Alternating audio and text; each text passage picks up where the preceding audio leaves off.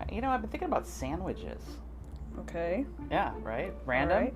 sandwiches. What would be your, like, ideal sandwich? Like, tell me how you would build your ideal sandwich. My ideal sandwich is always a French dip sandwich because I don't like sauce. Oh, you. It's just meat and cheese and onions because I'm an onion girl. Not an onion girl. Caramelized So wait a minute. onions. Does au jus sauce count That's as a juice. sauce? That's a juice. Oh, because it's au jus. It's juice. It's literally called juice, right? So it doesn't That's a count. juice. But in your mind, In my mind, right? Because we have this discussion about sauce, right? well, What's your favorite? What's your ideal sandwich? Wow. I don't know. I like a lot of tang. I like vinegar and I like mustard and like I know we don't have compatible sandwich tastes. No, we do not. Well, on that note, we do have compatible. Sometimes we have compatible horror tastes or tastes in movies. But if we don't, the interesting thing is going to be the difference of opinion. True. Anyway, welcome to Sisterly Frights, folks. I am so happy to announce that this is our official launch of our podcast. Now, we do have another podcast episode in the chamber, but we might just save that. We might just save that one for a little bit later because it is a bit raw, but it'll be fun later on to share that sort of behind the scenes with you guys. But right now, we are here. Spooky friends. I'm Rebecca, big horror fan, and we can go ahead and talk about who we are here in just a moment, but I'm also here with Miss Erinn. Erinn, say hello to the lovely people. Hello, I'm Erinn. And she's also a horror fan. Yeah. Hi, my name is Erinn. What are some interesting facts about myself? I'll tell it to the class. There you Just go. kidding. Yes, I am also Erinn, horror fan. Very good. All right. So Sisterly Frights. So obviously you're new because we're new. We've reached out on TikTok, and wow, just in a very short amount of time, we have at least a couple hundred people interested in who we are and what we're doing. And I know that that's just a meager beginning, a humble beginning, if you will, but 200 people, that's 200 people that clicked on our content on TikTok. And hopefully most of you are listening to this here today on Spotify. So I'm very grateful for those of you who are here for the very beginnings of what we call Sisterly Frights. So my name's Rebecca. I am a professional makeup artist. I have been a makeup artist for 20-something years. I took a little brief break to work in the paranormal industry, I guess you could say. I'm not mentioning any names. But anyway, did that for about 6 years, and now I have been officially back doing professional makeup artistry since the beginning of this year. Now, what I can tell you is that I have been in the haunt industry, production, doing lots of production work, special effects, teaching, workshops, doing all that fun stuff. That's been a big chunk of my career also in that spooky environment a lot. But it just helped me to grow my absolute obsession with all things terrifying. Also, I did work for Disney, but there's a fine line, between the Disney stuff and scary stuff. I do have scary Disney stories, so there's that too. So anyway, that's a little bit about me. I am a mom of an amazing teenage boy, but also, teenagers. Yeah, you know how that goes, some of you out there. But anyway, we are molding him into the horror fan that he's also becoming. So that's kind of exciting. Erinn, I'm going to go ahead and let you talk about yourself. Yeah, I do not have a horror background or a makeup art background or even a creative background. My career has always been in the food industry until my also brief break working in a paranormal attraction. And now my move over to retail as well. But I do have, like you have, Disney horror stories. I have plenty of terrifying restaurant stories if anybody's ever interested, including a couple haunted ones. If we ever get to talk about those. Oh, we will. Oh, yeah. But my love of horror just comes from growing up with a dad who's obsessed with horror, and he built props and did SFX stuff, and I was just him, me, him, and my sister growing up, so we did not watch kids' content. We were not a kids' content house. We were watching whatever the hell he wanted to watch house, which was a lot of horror, a lot of sci-fi. So that definitely kind of molded me into, molded me into the horror lover that I am today. But yeah, that's just kind of my brief introduction, really. Excellent. So yeah, and we both come from very different backgrounds, generally speaking. I'm Gen X. I'm the old lady here. And I'm born 2000, whatever generation you want to put me in. What is that? Is that Gen Z? What they are we call doing? us cuspers because we don't really fit into like a millennial or the Gen Z. We're like right in the middle. I call it the sweet spot. So we have like a both cringe levels of like Gen Z and millennial. Yeah. And nobody likes us. We're just right in the middle, So yeah. But she sometimes actually has a Gen X brain. In fact, sometimes I feel like she's older than I am. Yeah. And what we do is we do call her the fun police. Well, yes. And that's self-proclaimed, by the way. Yes. She gave herself that title, and we will continue to enforce that. One of the things that she loves to do, she's very structured in this whole, in this approach to this type of medium. She'll have 8 pages of notes. At least. For literally everything that we ever talk about. Minimum. So, so that's going to be... That's going to be awesome. I, however, have maybe a page and a half of notes and kind of just fly off the, I'm shooting from the hip here, but ultimately, hopefully, that'll be the entertaining part of all this business. All right, so what are we doing today? We are actually getting into a gentleman named Zach Cregger. He is the creator and director of a movie called Weapons, which everyone's talking about right now, but we also know him from creating Barbarian. The film with Bill Skarsgård, and it's actually Justin Long. Yeah, all right. So we can talk about that too. I'm fresh out of Barbarian.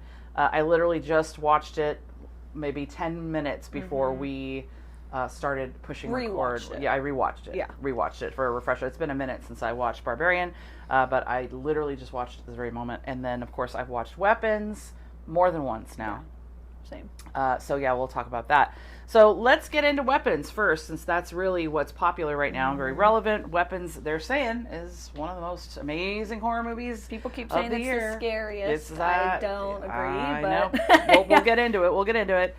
So the director is Zach Cregger. We'll talk about him as well. I'm going to start with you. Why don't you just, first of all, did you like the movie? I loved it. I will say also for the listeners, I'm a tough critic. Pretty rarely are you going to hear me give something a 10 out of 10, 9 out of 10. When somebody asked me if I liked it, I said, yeah, I gave it a 7 out of 10. And they're like, great, I have to go see it. That means it's good. Yeah. So I really enjoyed it. I did not know walking into it that it was going to be heavier on the comedy side, where it was kind of more of a horror comedy.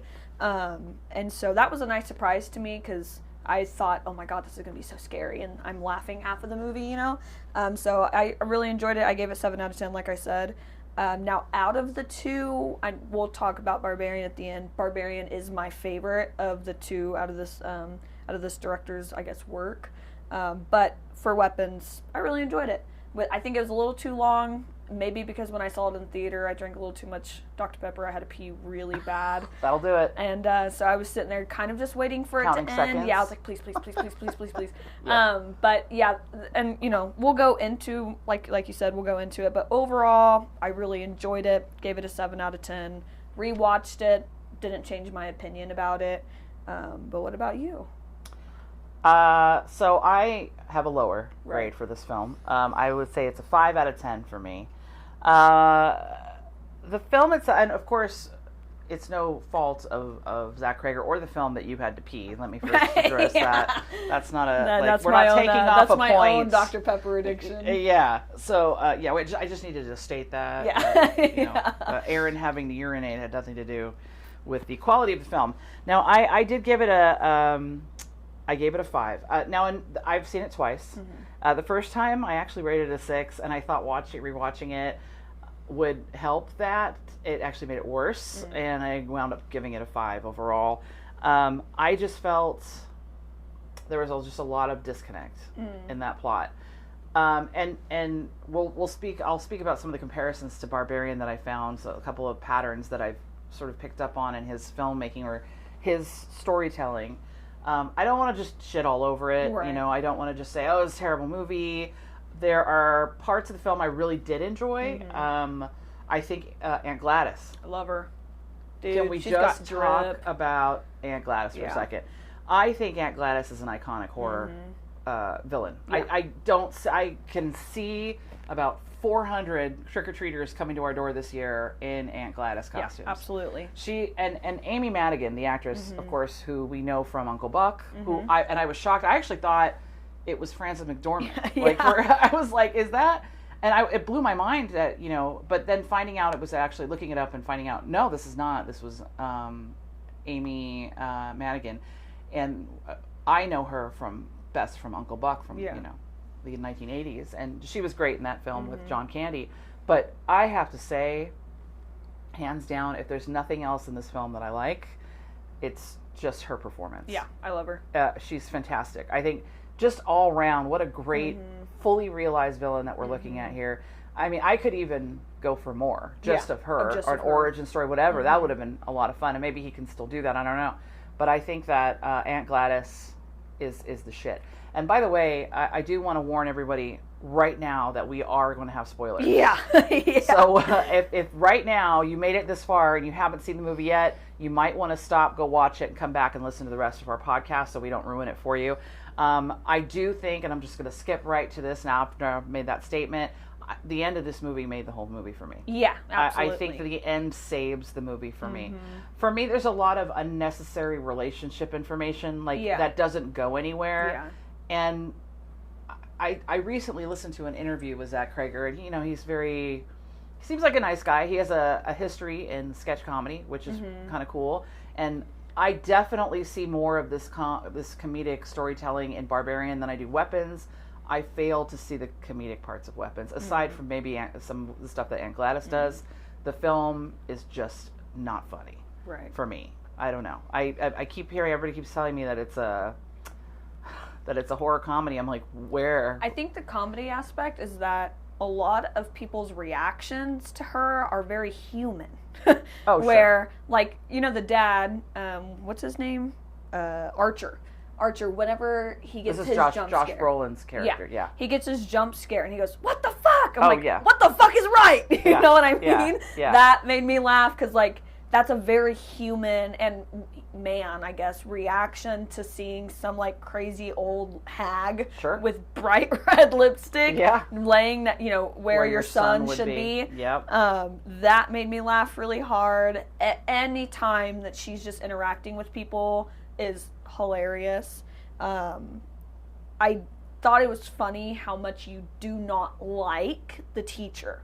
You just you just cannot. What's her name? Justine or Justice or whatever her name. Justine Candy. Yeah. You just can't like her, and I think it's hilarious. Yeah, and I'll speak to that. I don't like her. Obviously, nobody. But I don't like anyone in this movie. I love Archer. I think. I think in Josh Brolin's character Archer, in his defense, he's the only one doing anything. Right? He's the only one that made it realistic for me.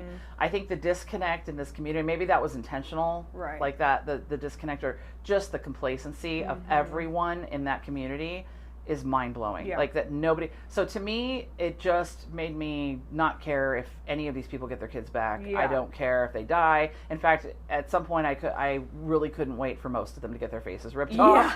Do you know what I mean? Because they're just awful. It's just a terrible group of people. Like every time obviously she knows what's going on because she was in the class and she knows that she didn't take the kids. Right. She didn't. So she didn't do it. So she knows something's up.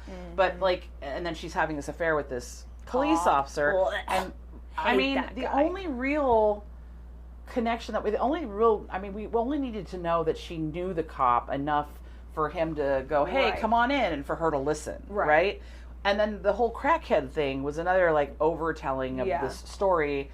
I didn't need a whole origin story of the crackhead. Yeah. We could have literally shaved 30 minutes off this movie. That's what I'm saying. If we just stopped talking about relationships and nothing that goes anywhere. And in listening, I told you I was listening recently to Zach Cregger on Last Podcast on the Left. And it's a great interview because Henry and the guys, they always do a great job. We're big fans of the Last Podcast here. But it's interesting to listen to him. He has a lot of, what's the word I'm looking for? I just totally lost it. I don't know. He has a lot of influences. Oh my gosh. He has a lot of influences, right? He talks about David Lynch a lot, and things like that. And then when they point blank asked him, no pun intended, about the gun in the sky, he was like, well, if I told you, I'd be robbing you of something precious. I can't stand that shit. No, just tell me, because I don't know what the fuck it means. And I like symbolism. I like art in my horror. I like elevated horror. But when you gatekeep shit like that, it makes me, it puts me real off. And, you know, David Lynch, if that's who your influence is, and you're trying to put these vague things in the movie, and I understand that, but there's only, I mean, that's David Lynch. Right. And he does it and well. He mastered it. Yeah. Like, he created that sort of surrealness about it. You can't just, I don't know, I guess you can, because it's your art and art.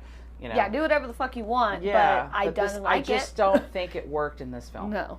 I feel like it, what my boyfriend would say, is insisted upon itself. It insisted upon itself. It insists upon itself. But what I will say is, it just, like I said, these like weird symbolism things, it just didn't work. Now, in a movie this simple. Some of it I do like, even if I don't understand it. You know, like, you don't necessarily have to know what witchcraft she's doing, right? Sure. Obviously, there's lots of symbolism in there. Maybe it's real, maybe it's made up. I didn't take the time to look, because I did. Okay. Well, for me to like go out of my way to figure out what all this symbolism means, I have to really enjoy a movie to like be excited to go and like learn about it and listen to people talk about it and whatever. I just couldn't care. I liked her so much. I don't care what kind of magic she's doing or what the triangles mean or whatever. Right. And so in that sense, the symbolism I think is good, right? Because if you did really like this movie, you're going to want to go learn about it. You're going to want to talk about it. You're going to figure out what it is.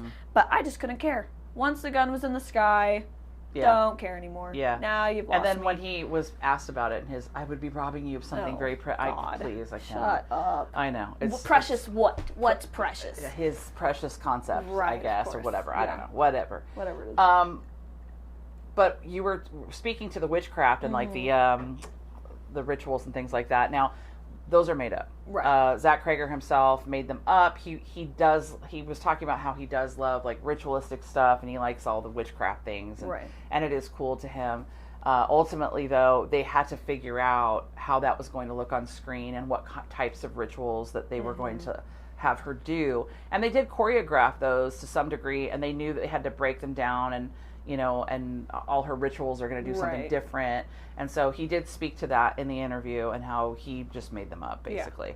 So I enjoyed that. I think they're effective. I really did enjoy them. And different. I haven't seen anything like that. I didn't question that what she's doing is real. I didn't question that at all. That's what I'm saying. I love the concept of this movie.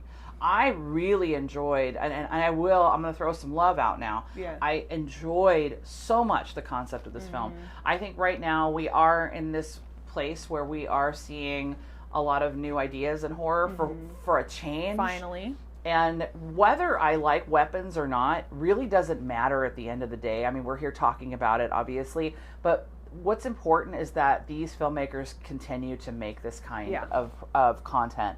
I think it's really important that this kind of storytelling continues. And we have to start somewhere. Yeah. Now, Zach Cregger is obviously doing very well, because right now he's in production, because he's the one responsible and in charge of creating the new Resident Evil. That's right. So we're going to see him, again, we're going to see his name up in very bright lights for that IP.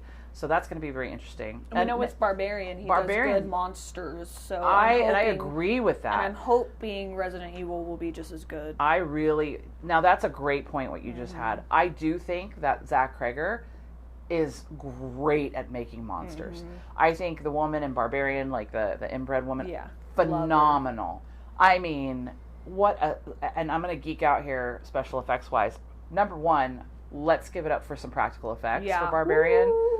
Holy shit. Amazing. Love it. And again, also we're seeing, I mean, I know that there's CGI obviously and weapons, but Aunt Gladys is very simple. Like her look and everything, obviously it's just her, but that in of itself with Amy Madigan's performance to back up that appearance is phenomenal. Is them like ripping her apart and stuff, is that all practical? I guess I wasn't really paying attention to question it. You know what? I don't know, but it seems like they're... Seems like it is. It seems like it is. I'll have to double check on that. Yeah, we can double check on that. It seems to me that it is. Yeah. If there is CGI, maybe some blood spat or whatever, Right. it's so subtle that I would give it props for that. Because, you know, and we can talk about The Monkey another time. I don't think you've seen The Monkey no, I haven't yet. But The Monkey is such a silly movie. I don't want to ruin it for you. I want you to watch it. We'll talk about it in another episode. But there's so much CGI. Yeah. And that's the kind of thing I'm talking. That'll just take me right out of it. I just love real.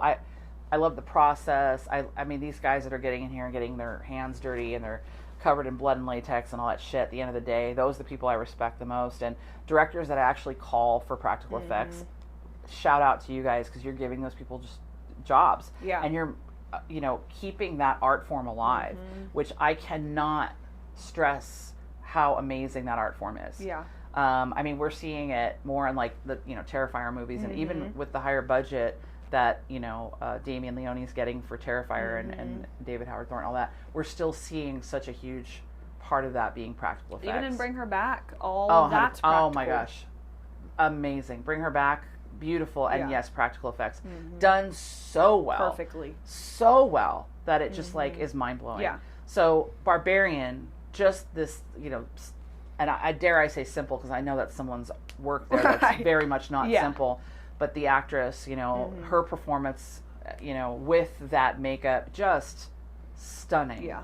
Barbarian is just stunning. And even like Bill Skarsgård. I love him. The way I know.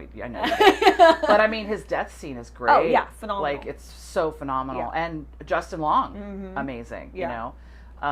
He does such a good job at being a piece of shit. Well, isn't he kind of, didn't he I mean, he is a piece of shit, but like, did he get in trouble for something? I don't know. Probably. I don't know. They all do eventually, but he does.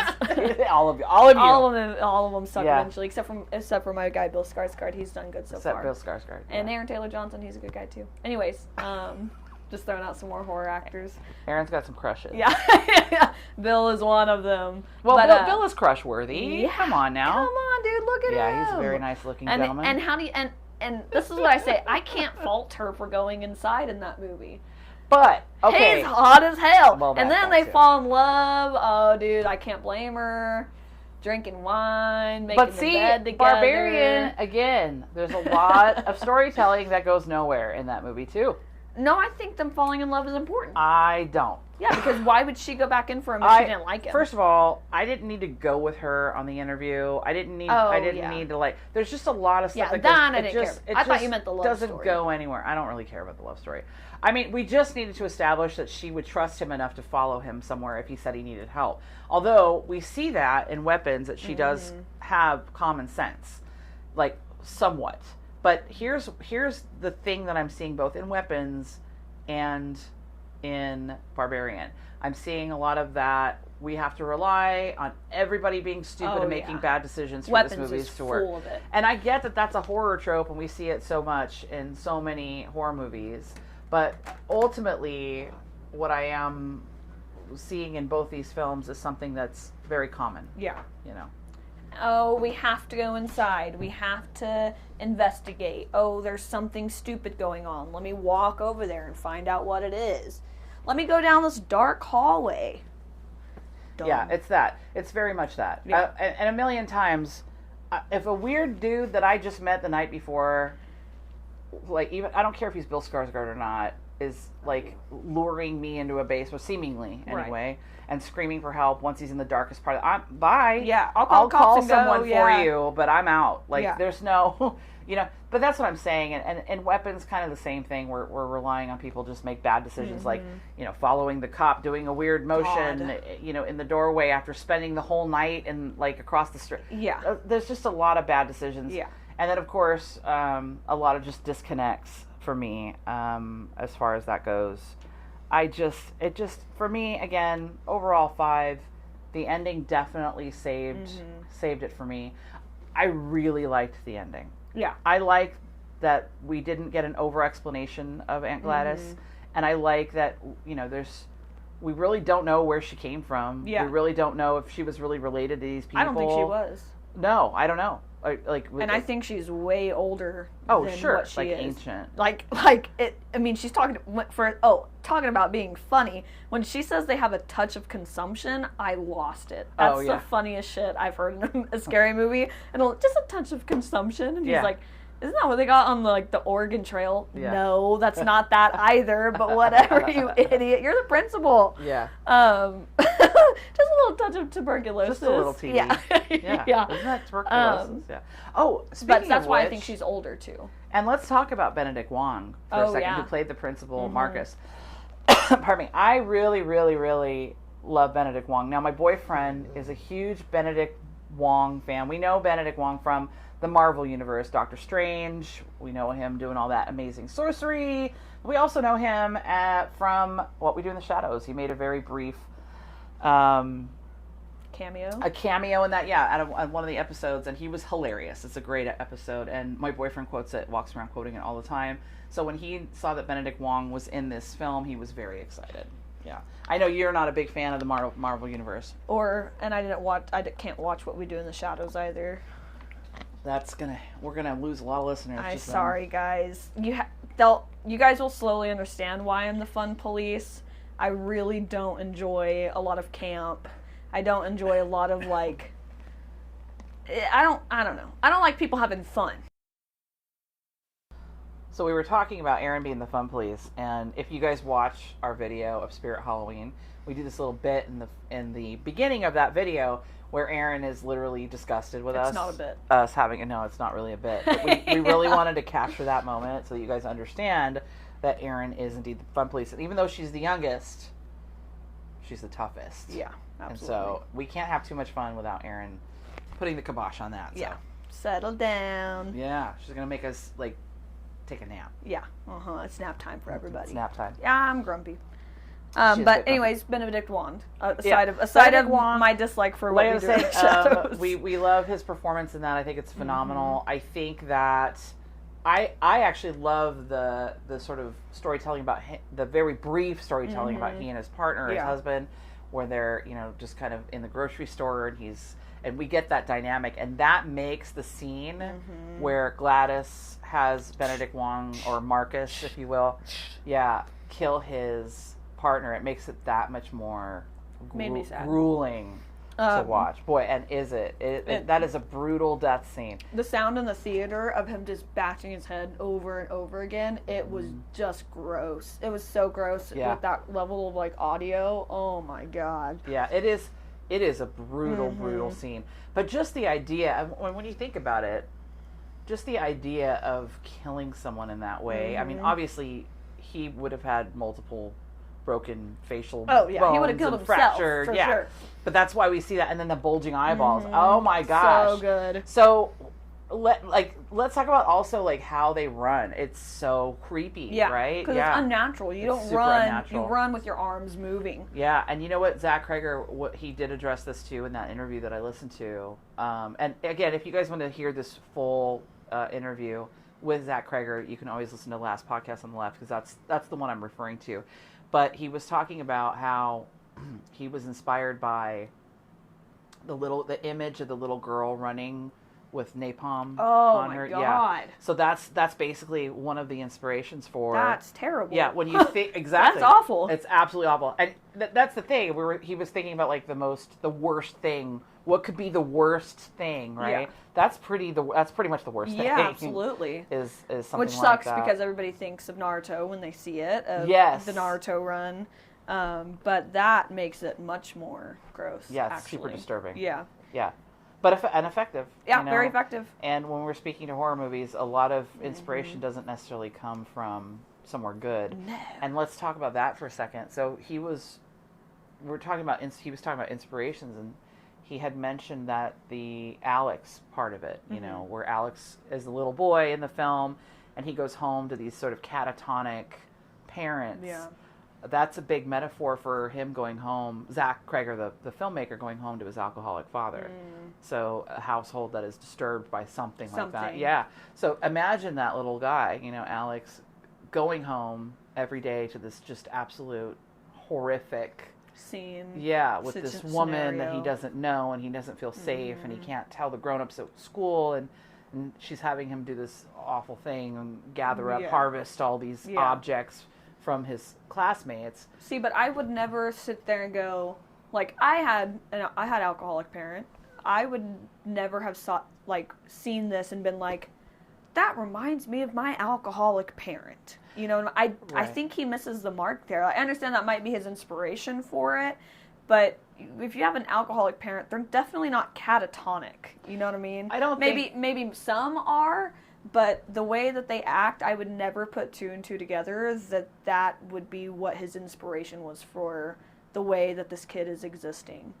Well, I think it's not literal. It's not a one-for-one, right? So it's more of a metaphor for him as a storyteller and as an artist.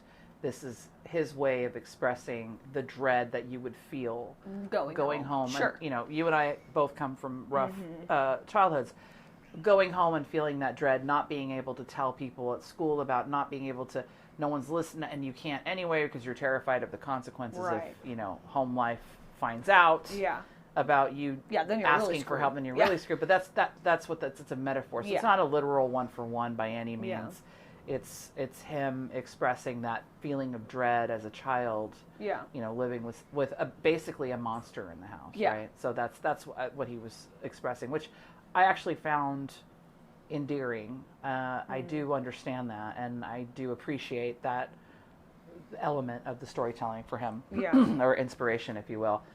But we're kind of jumping all over the place. What would you say, what was your favorite kill in the movie?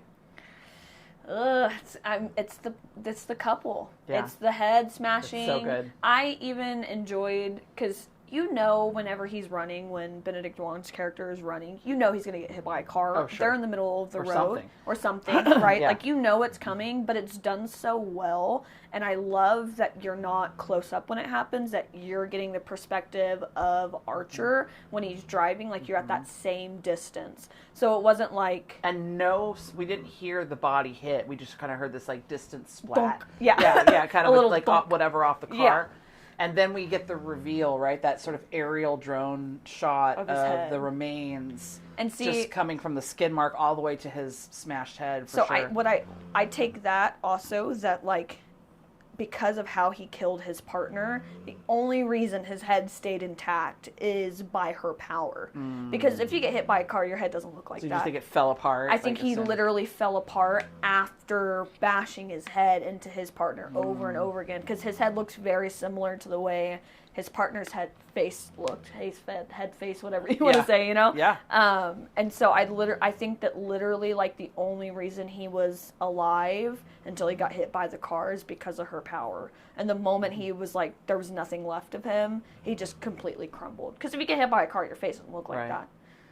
Yeah, no, I mean, it's brutal. And it's a great death scene. Yeah. We love a good kill. And I also love when she kills the cop. One, because I fucking hate him. God, that guy sucks so bad. Yeah, he was terrible. But when she first shoots him in the neck and he hasn't died yet, he's still like gargling all that blood, and he's still trying to kill her. Yeah. But you just hear him like gargling all the yuck in his, I like that too. Anytime that when she had to shoot him in the head, when Benedict Wong had to like get his head smashed in to stop, it almost reminded me of the, remove the head, destroy the brain line from Shaun of the Dead. That's kind of what I kept thinking about during that. But I would say that the jump scares in this film are also pretty solid. That ceiling scare. I know, because they fake you out. Shit, man. They do such a good fake out. Yeah, but it just... And, watching it the second time, actually, with my eyes open. Right.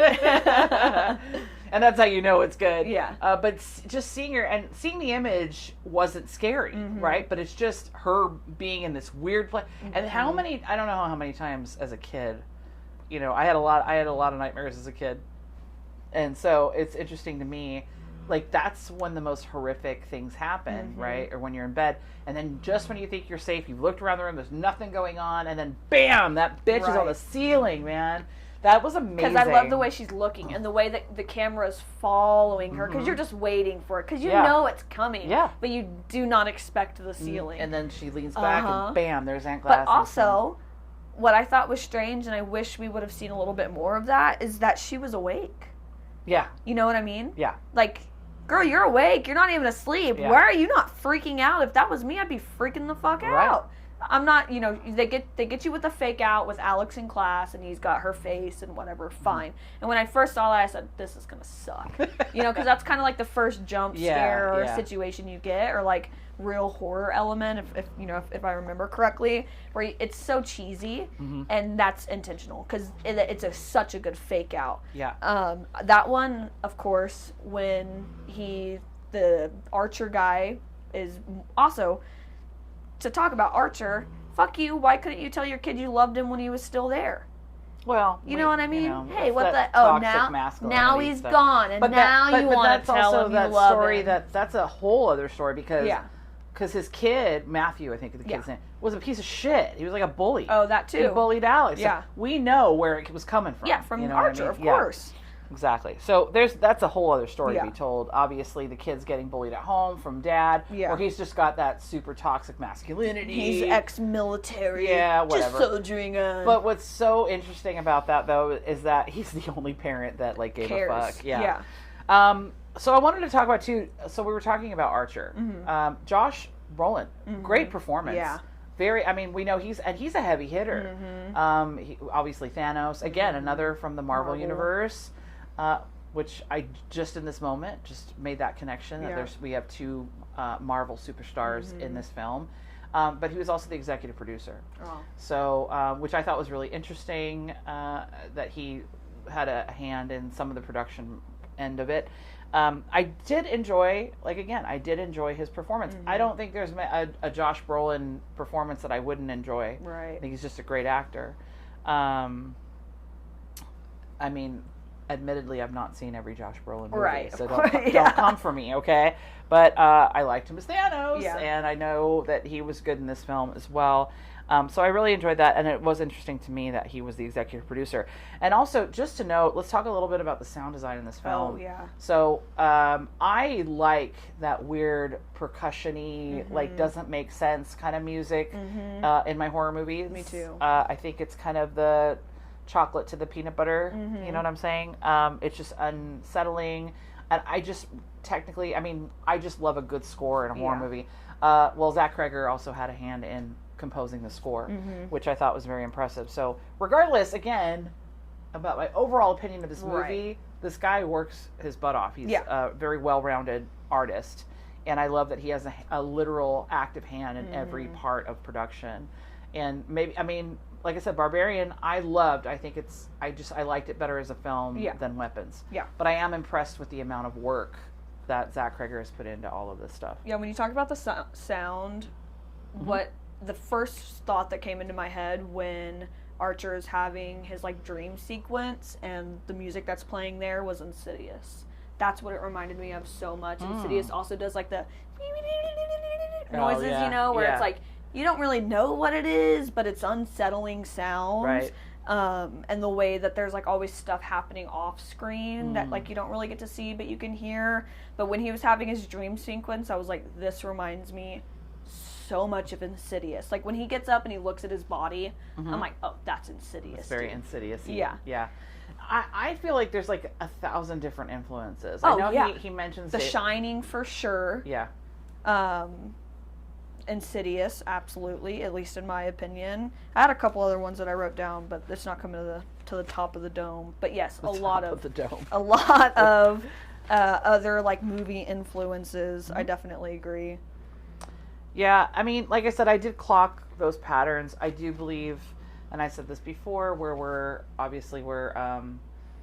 really relying heavily on these horror tropes for the plot. I remember now. What's up? Blair Witch. You get a Blair Witchy vibe. Anytime I see somebody just like staring at like a wall, that's true. Not moving, like the way that the kids are just standing, I'm like, I call that Blair Witching. Where they're just like standing in a corner. That's fair. That's actually and a that's fair why analogy. It's unsettling, because that was terrifying in Blair Witch. And now you have 17 kids Blair Witching in a basement. Oh, dude! You're like, and the parents Mom. too. Yeah. The parents are also Blair Witching, where they're just standing there not moving. Yeah. And a lot of the times in this movie, you don't always see people's faces, especially at the beginning. You're staring at the back of so many people's heads. Yeah. But that was the other movie that I was thinking of. As soon as I saw those kids in the basement, I was all, fuck that, I don't like that. Yeah. I don't like that at all. You're like, not for me. Not for me. You know what's really funny? So I actually am afraid of like people facing the other way in movies, and I'll tell you exactly where and how that phobia, it's not like a fully realized phobia, by the way. It's just something that freaks me out. But I will tell this story because it goes all the way back to my childhood. My parents took me to see the Twilight Zone movie. Yep. Yep, she already knows. She knows the story. So my parents took me to go see the Twilight Zone movie. I think it was a double feature with like Jaws 3D or something, because that's where you take your 8-year-old or 9-year-old, whatever, when you want to go for a nice family out night out. That kind of explains a lot about me, really. But anyway, the Twilight Zone movie broke my heart, and we'll talk about that in a moment when I was that little.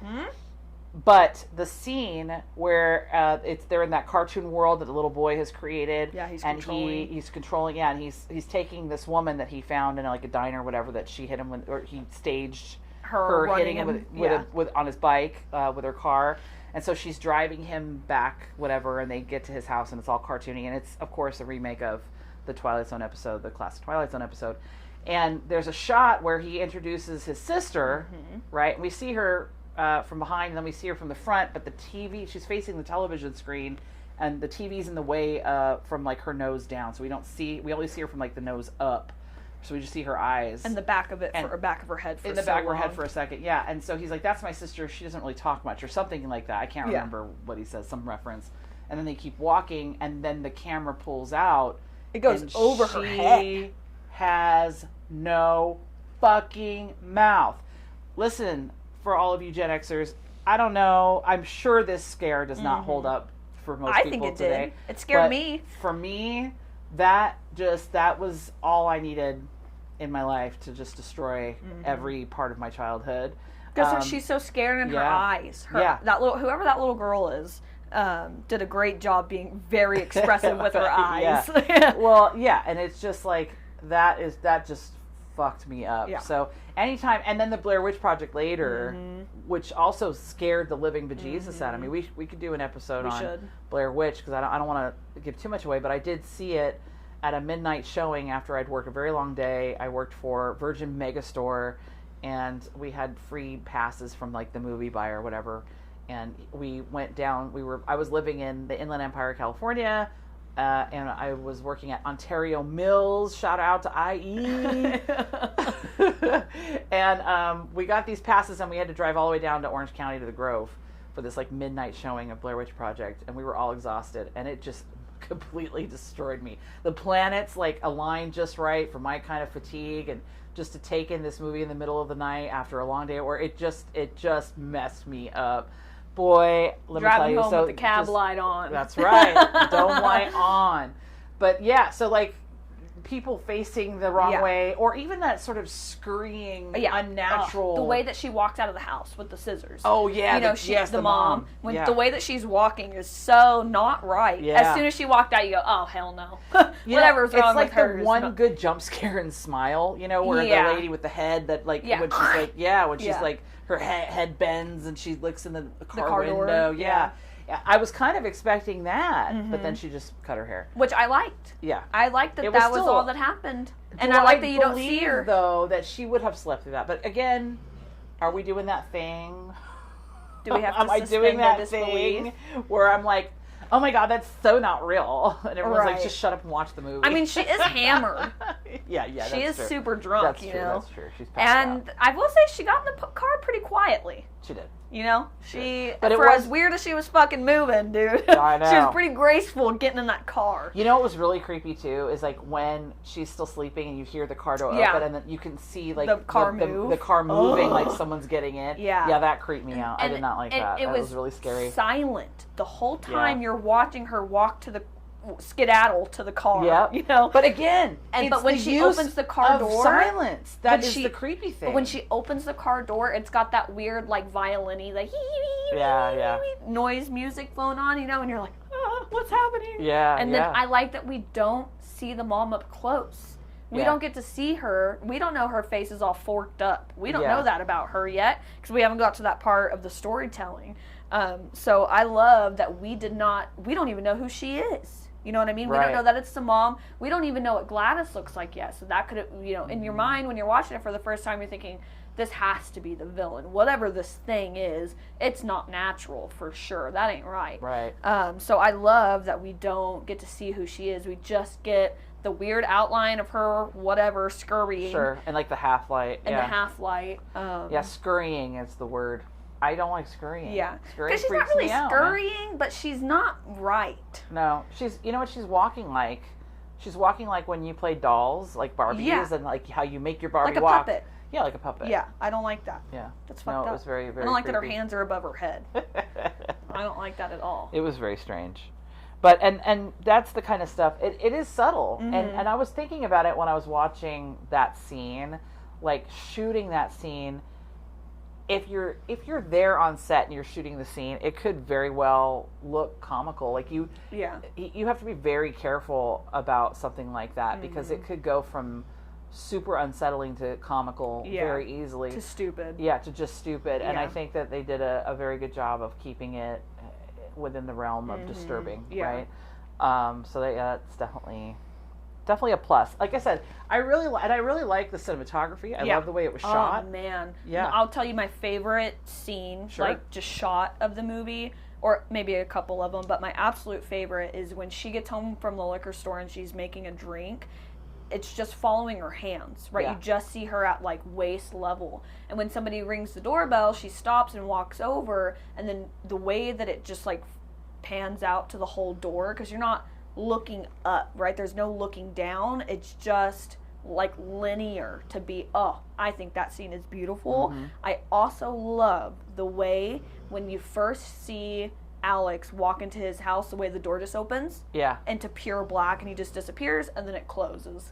I love that so much because you don't get to see inside. It's such a mystery, and the way the door opens is so unnatural. It's so fast, and then it closes so fast. You know, it's so fucking weird. In fact, I mean, we see that again later, right? When Josh Brolin and the teacher, are sitting outside across the street from the house. And then you see the door open, and before you see the cop, we just see the door open in the blackness for just a moment, and that's when he's like, "What's going on? What's happening here?" And in all reality, if you were to be like driving, and I get it was like around dawn, I think when the sun was just coming up or going down. I don't know. Either way, we have just a little bit of natural light outside, very very little.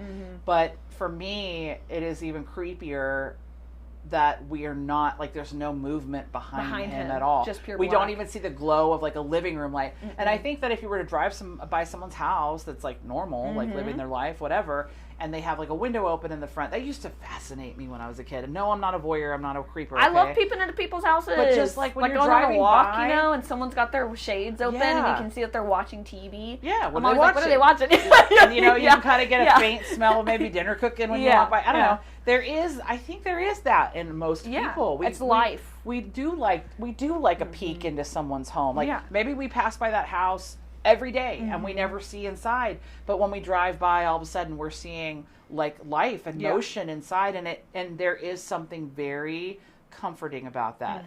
But when you're driving by someone's house in any scenario and you can't see it, say it's all dark and you don't see a lot of movement coming from that house a lot, and then you know, we don't see like we don't see the glow of a TV, or the living room, hallway light, anything. That's unsettling. Right? What's going on in that house? Why is it always why is it always dark? That I wrote that in my notes when I was watching it. Is why did it take a junkie to realize that all the newspapers were still outside, that nobody was there? You know what I mean? Like, well, the no teacher, neighbors, I guess, kind of. But that's another thing. No neighbors. Again, there's not. The cops should be all over this place. He's the one kid out of 17 that aren't missing. Or there's 18 kids in total. Only one of them is not missing. Right. Why has nobody else noticed that this house is all fucking weird now? Whenever it wasn't before about the disconnect and how disingenuous there's a lot everybody of disconnect. is. Yeah, I agree with that. Also, just bad people. Just people not paying attention to shit. This made me mad too. It made me mad that she calls the principal instead of the fucking cops after she gets there. Yeah. To do a wellness check. Hey, babe, you can call in a wellness check. Your principal doesn't have to do it. You don't even have to tell them who they are. A cop. That too. What the fuck? That's what I'm saying. There's a lot of shit that's disconnected. Also, what really bothered me, and this is something that's so dumb, but it did bother me, when she goes to look in the window and she first initially sees the parents there and it scares her, startles her, and she knocks over all the trash cans and then goes right back to the window. Yeah. I'm like, are you kidding me, bitch? Yeah. I'd be like, who would have done that? Nobody. Who would have done that? Who would have gone back to the same window after thinking that you might have disturbed these people? Right. And you're already, like, there's already a witch hunt for you, by the way. High foreshadowing. Right. The fact that she... I just said he got the wrong witch. He got the wrong witch. Yeah. But that was a big... The fact that she has to drive the car around for the rest of the movie with the word witch. Boy, we ADHD. Yeah. By the way, we are ADHD, Yeah, so get over it. It's never going to be linear, kids. Yeah. I just want you to know. We're going to go back to something we started 30 minutes ago. Don't you worry. We'll get back to it. Just like this movie, we'll get back to that part eventually. Oh, the other thing is, if you guys hear like snoring or heavy breathing in the background, I could tell you that it's intentional, but it's actually my big fat dog laying here snoring next to us. Just so you know. She's a member of the podcast. She is officially a sister. Yeah. And she is frightening also in her own ways. A monster. A monster, creature. if you will. Yeah. But anyways, yes.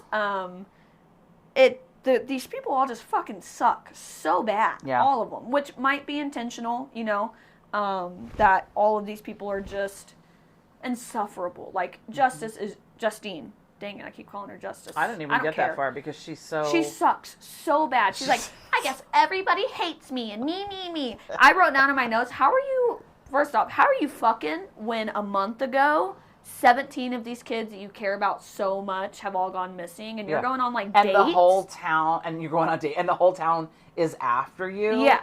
But my other thing is, how delusional are you? After all this happened, you go back to, I just need to go to work. Yeah, I just need to work.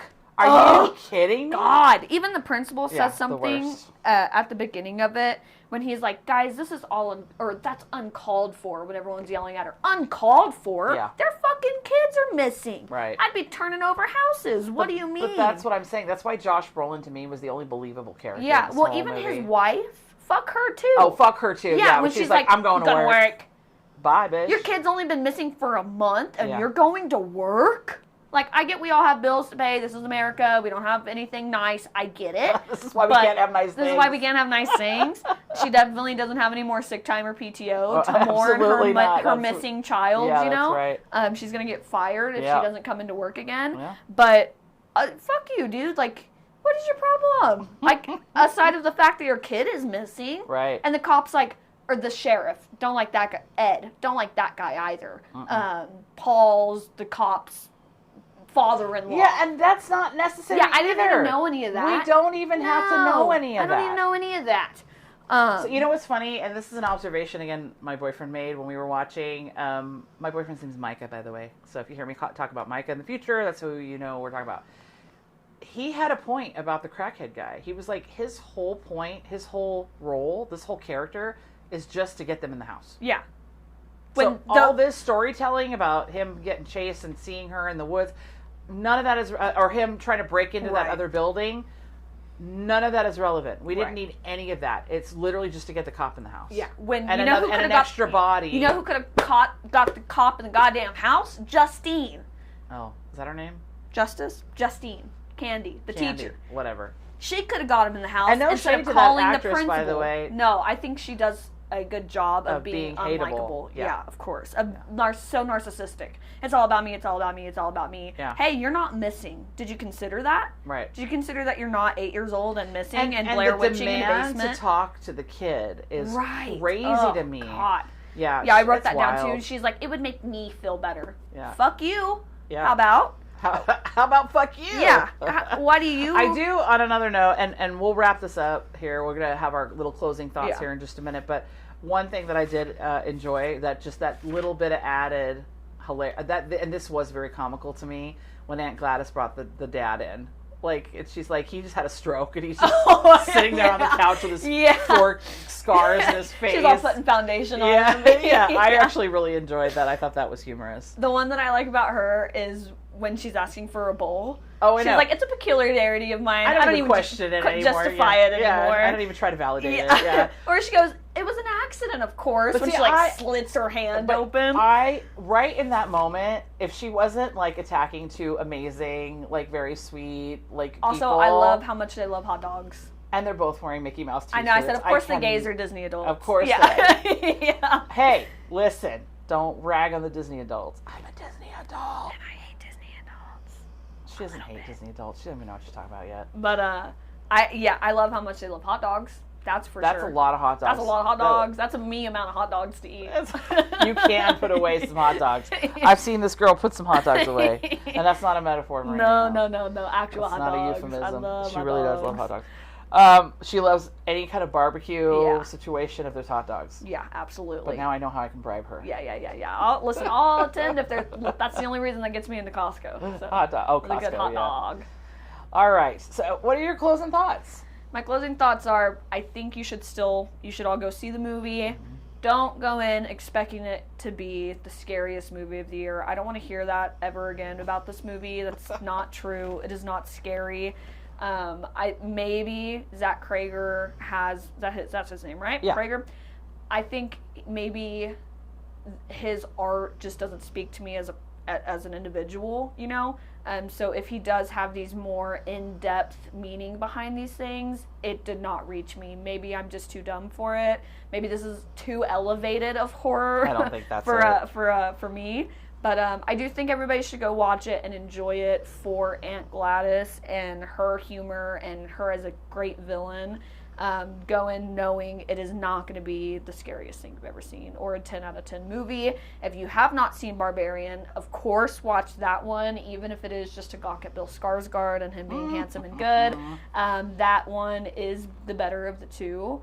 And definitely watch them both. What about you? What are your closing thoughts? So my closing thoughts is, again, 5 out of 10. Not the scariest or the best horror movie we've seen so far this year or for a while.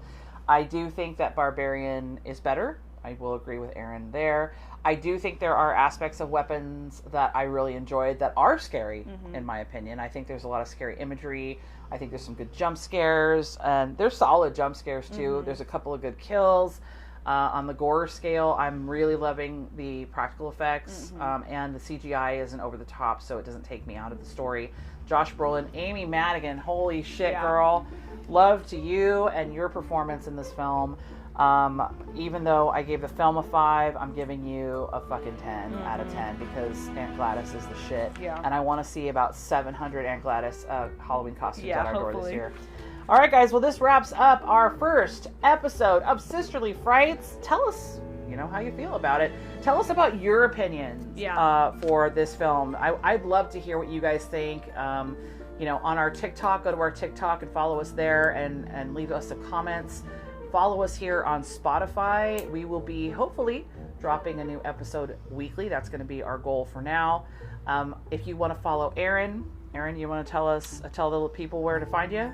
You can either follow Winifred's, the dog, our honorary sister here, snoring on the floor. If you would like to follow her Instagram, it is Haunted by Winifred. And on TikTok, I'll tag myself eventually somewhere. Truthfully, I don't know what my TikTok name is off the top of my head. But yeah, I would prefer you go follow Winifred. She is the star of my show.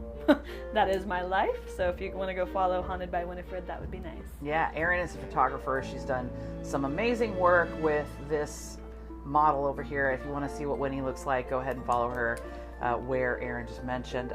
My name is Rebecca Morgan. You can find me at Rebecca Morgan Creative, both on Instagram and on TikTok. I am an artist as well as a makeup artist, and I am actively working currently.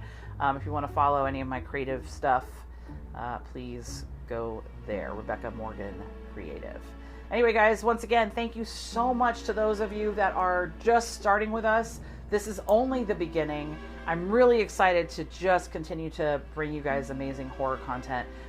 Next week, we are going on a field trip, and we're going to take you guys with us, and just keep your eyes peeled if you want to know where that is. I'm not going to tell you. You're going to have to watch our social media and listen to our podcasts if you want to know. either way, hopefully you get all the horror content that you crave. But right now, we are off to bed. So thank you very much, everybody. Join us next time Bye-bye. on Sisterly Fright.